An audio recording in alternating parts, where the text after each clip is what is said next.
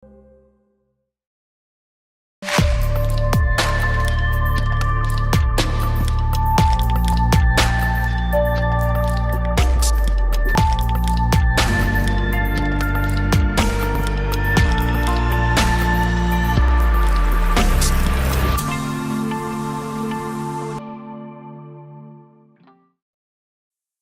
সনদ স্বাক্ষর হইল। প্রফেসর ইউনূস কইছেন যে এটা একটা উদাহরণ হইয়া থাকলো। এর মধ্যে হইল মায়ের পিঠ, আগুন জ্বলল। এনসিপি কইল জুলাই সনদের আইনি ভিত্তি না থাকলে তারা সাইন করবে না, যায়নি তারা সাইন করতে। আরো কয়েকটা পলিটিক্যাল পার্টি সাইন করেনি, তাদের যুক্তি আবার ভিন্ন। সেটা হইতেছে যে জুলাই সনদে মুক্তিযুদ্ধের চেতনায় যথেষ্ট সুদানো হয়নি আর কি, কম সুদানো হয়েছে, তাই তারা সাইন করবি না। সবাই সাইন করলে কি হইতো? তার আগে আসেন একটু দেখে নেই কারা কারা এইখানে ছিল। মঞ্চে ছিল রাজনৈতিক দলগুলা, আর নিচে বসেছিল বাংলাদেশের মন্ত্রী আর এলিটেরা। এইখানে সাধারণ কোনো মানুষ ছিল না, ছিল অসাধারণ সব মানুষ। পুরা নিরাপত্তার চাদরে মুড়ে কিছু পলিটিক্যাল এলিটরা আর কিছু ধান্দাবাজ। সাধারণ মানুষ কিছু গেছিল, তাদের তুলে দেওয়া হয়েছে।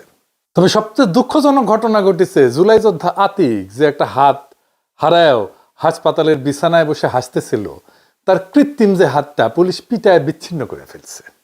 তো এই জুলাই সনদ যে এনসিপি সাইন করলো না, তাতে কি হবে? রাজনীতিতে ক্ষতি বৃদ্ধি কি হবে? আসেন এটা একটু বুঝে দেখি। আপনারা জানেন যে এই ঐক্যমত কমিশনের এই পুরা কাজটায় আমার কোনো উৎসাহ ছিল না প্রথম থেকে।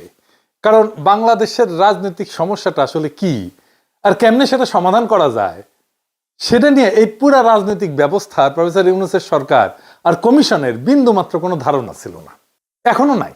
প্রবলেমটাই বোঝেনি, সমস্যাটাই বোঝেনি যে সমস্যাটা কোথায়। তাই বলছি যে পাল্টা হবে এটা সাইন করলে। এখন অনেকে কইতে পারেন যে এটা যেন সাইন করে এনসিপি, সেটা তো আপনিও চাইছিলেন। হ্যাঁ, কথা সত্য। তাইলে একবার আপনি চাইবেন সাইন করুক, আবার কইবেন পাল্টা হবে, দুটা পরস্পর বিরোধী হয়ে গেল না?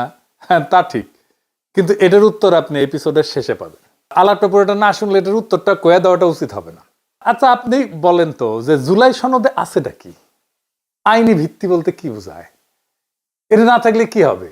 সবচেয়ে বড় কথা, জুলাই সনদে সবাই ঐক্যমত হইলে আসলে বাংলাদেশের রাজনীতিতে কি পরিবর্তন হইতো? আপনি কি দেখতে পারতেন? আপনি কি বুঝতে পারতেন? আপনার প্রত্যেক দিনের জীবনে আপনি কি বুঝতে পারতেন? আপনি একটা ইউনিভার্সিটির কোর্স করলেও তো আগে কোর্সের অবজেক্টিভ দেখেন, যে এই কোর্স করিলে আপনি এই করিতে পারিবেন, এই বুঝিতে পারিবেন, এই জানিতে পারিবেন। কোর্স শেষ করিলে কয় না?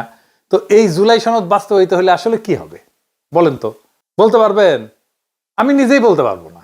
তার আগে বুঝে নি বাংলাদেশের মূল রাজনৈতিক সংকটটা কি, তাহলে বুঝবেন যে জুলাই সনদ আসলে করবে, কিছুই করতে পারবে না। যে কোনো সমস্যাকে ভেঙে ভেঙে ভেঙে ভেঙে ছোট করে বুঝতে পারলে সুবিধা। কিন্তু শুধু রাজনীতিতে না, সবকিছুতেই এটা প্রযোজ্য। বাংলাদেশের রাজনৈতিক দলগুলা যেগুলা ক্ষমতায় গেছে এখন পর্যন্ত, তারা হইতেছে সুইলে রাখা আমের মতো। চার পাশ থেকে গুয়ের মাছিয়ে এসে বসে তারা যখন ক্ষমতায় যায় বা যাইতে চায়। হইতেছে না এখন বিএনপির পাশে বসিচ্ছে না। কিছু লোক আছে যাদের কোনো কাজ নাই, কোনো কিছু করার ক্যাপাসিটিও নাই, দক্ষতাও নাই, ক্ষমতাও নাই, চাকরি বাকরিও কোনোদিন করতে পারতো না। তারা এই রাজনীতি করে। একটা সময় ছিল যারা পেশায় সফল লোকেরা রাজনীতি করতো, যেমন মোহাম্মদ আলী জিন্না। সেই সময় লন্ডনের সবচেয়ে বিজি ব্যারিস্টার ছিলেন উনি, প্রচুর ফি। উনি রাজনীতিতে আইসা আসলেই পার্সোনাল ত্যাগ করছেন। কিন্তু ধরেন শহরদের বডিগার্ড, ওই তো 18 বছর বয়সে ক্লাস 8-এ পড়তো। ওই টাইম থেকে শুরু হয়েছে রাজনীতিতে ভালসুনদের আনাগোনা। ঘষ্টায় ঘষ্টায় ডিগ্রি পাস, হাসিনা তো উদাহরণ আছেই। তো এমন মানুষের হাতে যদি দেশের দায়িত্ব যায়, তাই তো দেশ তো পুঙ্গা মারা খাবেই, তাই খাইতেছে। সেই বডিগার্ড থেকে শুরু, আর পারছি না গুরু, একটা কবিতা আছে জানেন? হ্যাঁ, জানেন না? এই কবিতা কে লিখেছে সেটা খুঁজে পাওয়া যায় না, কিন্তু ওই ব্লগ জামানায় দারুণ জনপ্রিয় ছিল, শুনবেন? হ্যাঁ, মজা আছে কিন্তু। এটা হইতেছে, আর পারছি না গুরু, 23টা বছর ধরে প্যান্টে শার্ট গুজে পড়ে, আর পারছি না গুরু, সেই নার্সারি থেকে শুরু।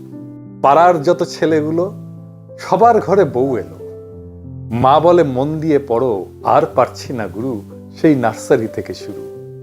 অবশেষে মায়ের দয়া হলো, ঘরে ফুটফুটে বউ এলো, ফুলশয্যার রাতে একগোছা মালা হাতে বউকে শোধাই, আমার জীবনে তুমিই প্রথম, তোমার জীবনে আমিও কি তাই? বউ হেসে বলে, আর পারছি না গুরু, সেই নার্সারি থেকে শুরু।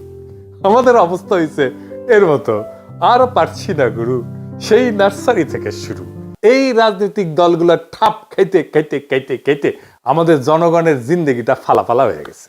এই রাজনৈতিক দলগুলোর নেতারা তো আছেই, এরা শুরু করে টাকা কামানো, তাও অল্প স্বল্প হইলে হয়, হাজার হাজার কোটি না হইলে এদের কোটা পূরণ হয় না, স্বপ্ন পূরণ হয় না, খায়েশ মেটে না, ক্ষুধা যায় না। সাথে এসে জোটে ব্যবসায়ীরা আর ধান্দা শুরু করে। কি কি প্রজেক্ট আছে, টাকাই টাকা। আর তো আছে আমলারা, সবকিছুতে টাকা, প্রজেক্টে তো টাকা আছেই, সাথে প্রমোশন, ট্রান্সফার, পোস্টিং এর ডিস্টিং টাকা টাকা টাকা। আর এই যে রাষ্ট্রের রিসোর্স, এদের উপরে দখল, এটাই পলিটিশিয়ানরা ছাড়তে চায় না। এই এত টাকার মধু এটা ছাড়তে চায় না। একদল যায় খাওয়ার জন্য, আরেক দল রেডি থাকে। আর এই খাওয়া খাইর আনন্দ যেন নষ্ট না হয়, সবাই মিলে যেন মিলে জুলে খাইতে পারে, সিস্টেমে আসে, তাই চায় আমলা, প্রশাসন, পুলিশ, মিলিটারি, ব্যবসায়ী সবাই। আমলাদের তো সমস্যা নাই, আজ আওয়ামী লীগ, কাল বিএনপি, পরশু জামাত, তারপর দিন এনসিপি, তারপর দিন পিনাকি জিন্দাবাদ দিবে, যখন যে ক্ষমতাবান হবে আমার নাম করলে চান্সে ঢুকে দিলাম আর কি। তাই রাজনৈতিক দলগুলো ক্ষমতা ছাড়তে চায় না। আর ক্ষমতায় থাকলে রাষ্ট্র ক্ষমতা ইউজ কইরা কিভাবে যারা খাওয়ার জন্য রেডি হয়েছে তাদের দুর্বল করা যায় সে চেষ্টা করে। সিস্টেম যেন নিজের পক্ষে কাজ করে এটা নিশ্চিত করার জন্য সে রাষ্ট্রের সব জায়গায় নিজের লোক বসায়, নিজের দলের লোক বসায়, অনুগত লোক। ফলে সেখানে মেধা বা যোগ্যতার কোনো দাম থাকে না। রাষ্ট্র তো মেধা দিয়ে চলে না, কে কত অনুগত সেটা দিয়ে চলে। প্রতিষ্ঠানগুলো দাঁড়ায় না। আপনি যতই বজ্রাটুনি দেন না কেন, ফসকা করে থাকেই যায়। জিয়াউর রহমান বা খালেদা জিয়া ব্যক্তিগতভাবে সৎ ছিলেন, কিন্তু ওনাদের আশেপাশে তো ধান্দাবাজ কম ছিল না। ধরেন ব্যারিস্টার নাজমুল হুদা, সে তো জিয়ার সহচর ছিল। চট্টগ্রাম সার্কিট হাউসে জিয়া যে রাতে মারা যায় সেই সফরেও সে ছিল, রাত পর্যন্ত ছিল। খালেদা জিয়ার শাসন আমলে বিএনপির লোকেরা তো কেলেঙ্কারি কম করে নাই। একটা এক্সাম্পল দিই, খালেদা জিয়ার জ্বালানি মন্ত্রী ছিলেন মোশাররফ সাহেব, নায়িকর কাছ থেকে ঘুষ নিছিলেন, কানাডার আদালতে সেটা আবার প্রমাণ হয়েছিল। ইচ্ছার তো কোনো শেষ নাই। 1,21,00,000 ভুয়া ভোটার করেছিল খালেদা জিয়ার আমলে বিএনপি। 150 ছাত্র দল নেতাকে নির্বাচনী কর্মকর্তা নিয়োগ দিছিল বিএনপি। এখন কত ভালো হয়ে গেছে না, ভালো ভালো কথা কয়, তাই না? একই কাজ করবি আবার। ভোটগুলো কিভাবে হইতো আপনারাই বলেন। টাকা দিয়ে ভোট কেনা হইতো, তাই না? মনোনয়নও তো কেনা হয় টাকা দিয়ে, তাই না? এই যে করাপ্ট পলিটিক্যাল সিস্টেম, এটাই তো সমস্যা। আর এটা রাজনৈতিক দলগুলো ঠিক করবে। কারণ আইসানি আমি না আমার ঘোড়া আসবে, এটাই তো স্যার। ঘোড়া হাসিচ্ছে না, এটা দেখান না। 25টা রাজনৈতিক দল সাইন করেছে, কিছু যায় আসে না জোনায়েদ সাকি সাইন করছে কিনা বা সাইফুল হক সাইন করছে কিনা। আসল কথা হইতেছে আমরা অন্তত একটা বা দুইটা টার্ম এমন একটা সরকার পাবো কিনা যারা দেশের পোঙা মারবে না, নিজেরা সৎ থাকবে। ওরা কইতেছে রাষ্ট্র বদলাবে, যারা রাষ্ট্র হাতে পেয়েও বদলায় নাই এতদিনে, তাদের হাতে দিব আবার রাষ্ট্রটা, নাকি নতুন কাউকে দিয়ে চেষ্টা করব। আমার বুদ্ধি বলে নতুন কাউকে দিয়ে চেষ্টা করা, যে আপনার ভোটটাকে একটা দায়িত্ব হিসেবে দেখবে, আমানত হিসেবে দেখবে। তাদের একবার দেশের দায়িত্ব তুলে দেওয়া যায় কিনা সেটা আমাদের আলাপ করতে হবে। তাহলে আমরা কি ঐক্যমত হব না কোনো বিষয় নিয়ে? অবশ্যই হব। তো সেটা কি নিয়ে হইতে পারে, সেটাই ঐক্যমত কমিশনের কাজ করা উচিত ছিল, সেটা করে নাই। এটা কিন্তু বেশি সময়ের কাজ না, 1 সপ্তাহ কাজ করলেই হয়ে যেত, 1 দিন ধরে ঘষ্টাইতে হয় না। শোনেন, আসেন আমি বলি কি কি। 1 নাম্বার, যেই দল ক্ষমতায় যাবে তারা কিভাবে বিরোধী দলের সাথে আচরণ করবে। তারা কি শান্তিপূর্ণভাবে ক্ষমতা হস্তান্তর করবে, দমন পীড়ন করবে না, ভোটের ফল মেনে নিবে, ভোটকে প্রভাবিত করবে না। 2 নাম্বার, বিরোধী দল যে থাকবে সে সরকারের সাথে কিভাবে আচরণ করবে, তারা কি আওয়ামী লীগের মতো 200 দিন হরতাল করবে। 3 নাম্বার, ভারতকে কি আবার আমরা জায়গা দিব, স্পেস দিব, ইন্ডিয়ার সাথে আমাদের সম্পর্কটা কেমন হবে। 4 নাম্বার, ইসলাম প্রশ্নটাকে আমরা কিভাবে ডিল করব, মানে সেকুলারদের কায়দা ডিল করব। এই যে সংখ্যাগরিষ্ঠ মানুষের ধর্মবিশ্বাস, তাকে আমরা কিভাবে রাষ্ট্র আর সমাজে জায়গা দেব। এই দেশে অন্য ধর্মের মানুষ আছে, এটা বিবেচনায় নিয়ে আমরা কিভাবে আমাদের যে অনন্য বৈশিষ্ট্য, সংখ্যাগরিষ্ঠ মানুষের ধর্মীয় বিশ্বাস আর সংস্কৃতি, তাকে আমাদের রাষ্ট্রের ফেব্রিকের মধ্যে ঢুকাবো। 5 নাম্বার, আওয়ামী লীগকে কিভাবে ডিল করব, এই দলটাকে কিভাবে নিশ্চিহ্ন করব বাংলাদেশের ভবিষ্যৎ রাজনীতি থেকে, তার প্রত্যাবর্তনকে অসম্ভব করে তুলব। 6 নাম্বার, আমরা পার্বত্য চট্টগ্রামে কিভাবে শান্তি ফিরে আনবো। 7 নাম্বার, আমাদের রাষ্ট্রের স্বাধীনতা, সার্বভৌমত্ব, আঞ্চলিক অখণ্ডতা আর জাতীয় মর্যাদা কিভাবে রক্ষা করব। এই তো আমার ইস্যু। আর দেখেন, আইনি ভিত্তি, মুক্তিযুদ্ধের চেতনা, উচ্চ কক্ষ, নিম্ন কক্ষ, কি বালচাল ঢুকেছে। মানে ওদের ধারণা হয়েছে যে হাসিনা যদি আবার চলে আসে ক্ষমতায়, তা আবার যদি শাস্তি টাস্তি দিয়ে ফেলে, এটা কেমনে হবে। প্রথম কথা, হাসিনা কেন, আওয়ামী লীগ জিন্দেগিতে ক্ষমতায় আসবে না, সেটা অন্য কথা। 2 নাম্বার, এটা যদি সংবিধানেও ঢোকানো হয় তারপরেও কোনো গ্যারান্টি নাই যেটা কেউ মানবে। কারণটা হইতেছে ইন্ডেমনিটি বিল করা হয়েছিল না 1975-এর 15ই আগস্টের বিপ্লবীদের জন্য, ওনাদের বাঁচানো গেছে, যায় নাই। সো এগুলো বালসাল কাগজে কি লেখা হইলো সেটা বড় কথা না। রাজনৈতিক শক্তি হিসেবে আমি কিভাবে জনগোষ্ঠীকে সংগঠিত করলাম সেটাই আমার শক্তি। আমার মতে বাংলাদেশে প্রেসিডেন্সিয়াল সিস্টেম ছাড়া কোনোদিন স্টেবল হবে না। স্বাধীন বাংলাদেশের সবচেয়ে জনপ্রিয় রাষ্ট্রনায়ক ছিল জিয়া, শুধু জনপ্রিয় না, শক্তিশালী রাষ্ট্রনায়ক ছিল জিয়া, কারণ জনগণের প্রত্যক্ষ ভোটে নির্বাচিত হয়েছিল, এই জন্যই সেটা হইতে পারছিলেন। এটা আমি ব্যাখ্যা করেছি আগে বেশ কয়েকটা এপিসোডে। তো ওই প্রেসিডেন্সিয়াল সিস্টেম ফেরানো হইল না। যখন বাংলাদেশের জনসংখ্যা ছিল 7.5 কোটি, তখন ছিল 300 আসন সংসদে, এখন 18 কোটি মানুষ, এখনো 300 আসন। এটা কিছু হইল? পুরা জুলাই সনদ হয়েছে এরকম একটা কসমেটিক সার্জারি। এটার কোনো ভ্যালু নেই আমার কাছে। আপনাদেরও এটা নিয়ে চিন্তা করা উচিত না। এটা কি আছে, হাতি না ঘোড়া, বাঘ না ভাল্লুক? এটা কাগজের কাগজ, এটা কিচ্ছু হবে না। আমি কয়ে দিলাম আজকে, কিছু হবে না। নতুন একটা সংবিধান করে চিল্লাইছি আমরা, এইরকম একটা সংবিধান তো এরাই বানাইতো, এরাই তো যাইতো সংবিধান সভায়, এরকমই একটা সংবিধান বানাইতো। তাই এসব নিয়ে আমার কোনো উচ্ছ্বাস নাই। কিন্তু তারপরে আমি কেন চাইছি এনসিপি সাইন করুক? কারণ হইতেছে, প্রথমত আমি চাই নাই এনসিপি সিপিবি বাসদ জাসদের মতো বাতিল মালগুলোর সাথে একই কাতারে দাঁড়াক। 2 নম্বর হইতেছে, যা করছে এটারই উৎসাহ দেওয়ার জন্য আমি বলছি সাইন করুক। আমি যেহেতু হাসিনার দলের বাইরে সবাই আমার এলাই ভাবি, তাই তাদের নিছক উৎসাহ দেওয়ার জন্য আমি এটা বলছি। ধরেন আপনার বাচ্চা একটা ছবি এঁকে আনিছে, সেটা হাতি না ঘোড়া না বাঘ না ব্যাং না ভাল্লুক না হারমোনিয়াম, কিছুই বুঝিচ্ছেন না, তো আপনি কি আপনার বাচ্চারে কইবেন দূর কি আঁকিছো, ফেলাও এটা, কইবেন? তা তো কইবেন না। কইবেন বাহ বাহ সুন্দর আঁকিছো তো, এইটা কি আঁকিছো? যদি কয় গরু আঁকিছি, তাহলে বলবো আচ্ছা আসো আরো ভালো কেমনে আঁকা যায়, আগে চলে দেখে আসি গরু কেমন। তো গরু দেখে কইতাম গরুর তো একটা লেজ আছে, তাই না? তো তোমার ছবিতে লেজ কোথায় আঁকিছো? তো বাচ্চা তখন নিজেই নিজের ভুলটা আইডেন্টিফাই করতে পারে। তাই তাদের কইছি যে সাইন করো। যেটুকু হয়েছে সেটাই সাইন করতো, যেটুকু একমত হয়েছে সেটাই হইলো, সেটাই অর্জন। মানে আমি কামান চাইছিলাম, পাইছি বাঁশের লাঠি, তো বাঁশের লাঠিকে আমি নিমু না? অবশ্যই নিমু। এটুকুই আমার অ্যাচিভমেন্ট। এটা একটা প্রতীকী গুরুত্ব থাকে, যদিও এনসিপি নিজেদের বাচ্চা বলে মনে করে না, এটাও আর একটা সমস্যা, ওরা সবার চেয়ে বেশি বুঝে। তো জুলাই সনদে যে বৈশিষ্ট্যগুলো অন্তর্ভুক্ত করার কথা এনসিপি বলছে, এগুলো লিপিবদ্ধ করার পথে বিএনপি প্রধান বাধা প্রথম থেকে। এই বিএনপির সাথে এই এনসিপি সকাল থেকে সন্ধ্যা পর্যন্ত রাতের পর রাত বিভিন্ন নেতার জন্য সিটের জন্য নেগোসিয়েশন করছে, সবাই জানে। তো এইখানে সততা, নীতি, নৈতিকতা, রাজনীতি এগুলো কই? এগুলো তো নাই। যেই জুলাই সনদ নিয়ে তারা একমত হইতে পারতেছে না বিএনপির সাথে, সেই বিএনপির সাথে সে সিটের নেগোসিয়েশন করতে যায় যদি, তাহলে কোনোদিন সে জুলাই সনদে একমত করতে পারবে? কোনোদিন বিএনপি ঐক্যমত কমিশনে দেওয়া এনসিপির দাবি মানবে না। তো ধরা যাক একজন শ্রমিক সংগঠনের নেতা সরকারের কাছে ন্যূনতম মজুরি বাড়ানোর দাবি নিয়ে আন্দোলন করতেছে, সরকার তার সাথে আলোচনা করতেছে, কিন্তু এখনো সিদ্ধান্ত নেয়নি। এই সময় সেই নেতা সরকারের একটা প্রকল্পের কনসালটেন্সি কাজ পাওয়ার জন্য একই মন্ত্রণালয়ে একজন সচিবের সাথে অন্য ইস্যুতে দর কষাকষি শুরু করলো। তো তার ফলাফল কি হবে? সচিব এবং সরকার সাথে সাথে বুঝে যাবে যে এই নেতা নিজের দাবি নিয়ে নীতিগত না, দর কষাকষির জায়গায় আছে। এর ফলে সরকারের কাছে তার দাবির গুরুত্ব এবং নৈতিক ওজন দুইটাই কমে যায়। এনসিপির ক্ষেত্রে একই ঘটনা ঘটছে। ভবিষ্যতে এইরকম শ্রমিক নেতা ন্যায্য কোনো বিষয়ে সরকারের সঙ্গে বিশ্বাসযোগ্য আলোচক হিসেবে গ্রহণযোগ্য থাকবে না।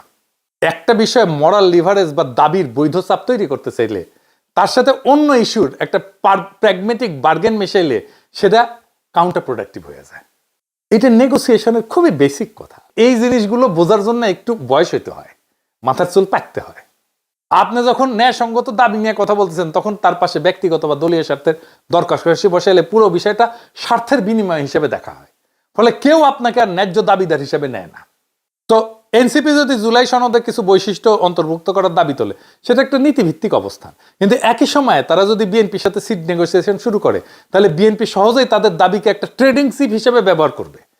নীতির প্রশ্নটা হারায় যাবে এবং এনসিপির লিভারেজ বা প্রভাব বিস্তার করার ক্ষমতা এটা পুরোপুরি শেষ হয়ে যাবে। তাই হয়েছে। আমি যদি বিএনপি হইতাম, আমি একই কাজ করতাম। বিএনপি ঠিক কাজ করছে। এই বিএনপির কিছু জাউরা আছে যারা প্রচার করে যে এনসিপি আমার কথায় চলে। এনসিপি আমরা একটা কথাও শোনে না। ছাত্ররা দল বানাইছে, বিপ্লবের মধ্যে দিয়ে উঠে আসছে, সবারই একটা সফট কর্নার ছিল, এমনকি বিএনপিরও ছিল। আমি 5 মাস আগে বলছি যে এইভাবে চললে এনসিপি কিন্তু ভাঙবে। শুধু তাই না, বাকেরের বামদের সাথে নিয়ে জাতীয় সঙ্গীত গাওয়ার আধিক্ষেতা নিয়েও বলছি। বলছি যে এইটা আজাইরা কাজ, ভোগাবে ছাত্রদেরকে। কয়েকদিন আগে নাহিদ আর হাসনাত আমার সাথে মিটিং করেছে, আমারে বোঝানোর চেষ্টা করেছে যে তারা যেটা করতেছে সেটা যৌক্তিক। আমি একই কথা বলছি, রাজনীতিটাই ঠিক করতে পারো নাই তোমরা এখনো। সালাউদ্দিন সাহেব প্রফেসর ইউনূসকে একটু দামি কথা বলছে কিন্তু, যে আমরা আপনাকে সাপোর্ট দিচ্ছি, কিন্তু সেইটা কন্ডিশনাল। এনসিপিকেও আমি বা সবাই কন্ডিশনাল সাপোর্ট দিই। তারা যদি আমার স্বপ্ন পূরণ করতে পারে তাহলে তো সাপোর্ট পাবে, না পূরণ করতে পারলে হুদাহুদি সাপোর্ট দিয়ে লাভ আছে? সাপোর্টের দাম আছে না? আমাদের সকলের সাপোর্ট, সহমর্মিতা, শুভকামনা নিয়েও তো দাঁড়াইতে পারলো না দলটা।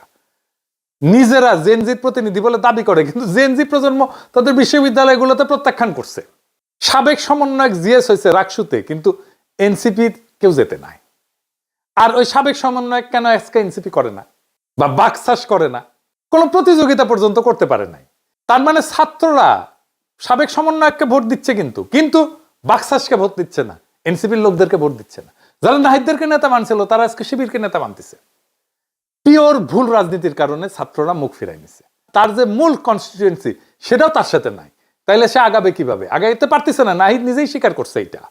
দেখেন তাইলে এখন আমরা কোন দিকে যাইতেছি? কিছুদিনের মধ্যেই হাসিনার বিরুদ্ধে রায় হবে, খুব তাড়াতাড়ি হবে, কিন্তু তারপরে হাসিনাকে ফিরে আনার তোড়জোড় শুরু হবে। আবার হাসিনা দেখেন ওয়াকারকে উস্কাইতেছে, এই বইলা যে এরপরে ওয়াকারকেও ধরবে, কিন্তু তোমাকে কিন্তু ধরবে। শোনেন কি কইছে। আর আজকে যে সেনা কর্মকর্তাদের বিরুদ্ধে ওয়ারেন্ট ইস্যু হলো, তাদের নাম তালিকা আসলো, এই তালিকা বাড়তে বাড়তে বাড়তে বাড়তে, আর এই তালিকা হাঁটতে হাঁটতে হাঁটতে হাঁটতে ওয়াকার পর্যন্ত যে পৌঁছাবে না, এর কি কোনো গ্যারান্টি আছে?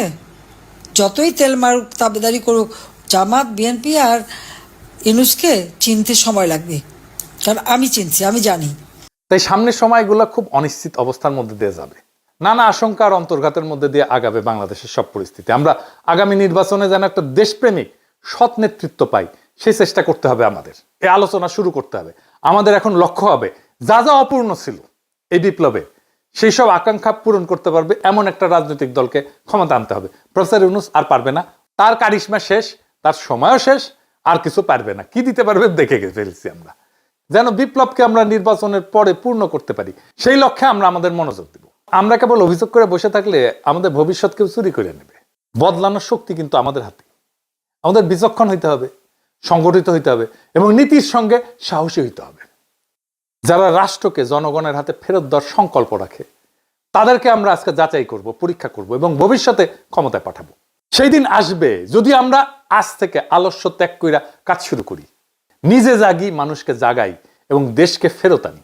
তাহলেই আমরা বেহাত বিপ্লবকে সার্থক করে তুলতে পারবো। সেই দিনের অপেক্ষায় আমরা সবাই আছি। ইনকিলাব জিন্দাবাদ।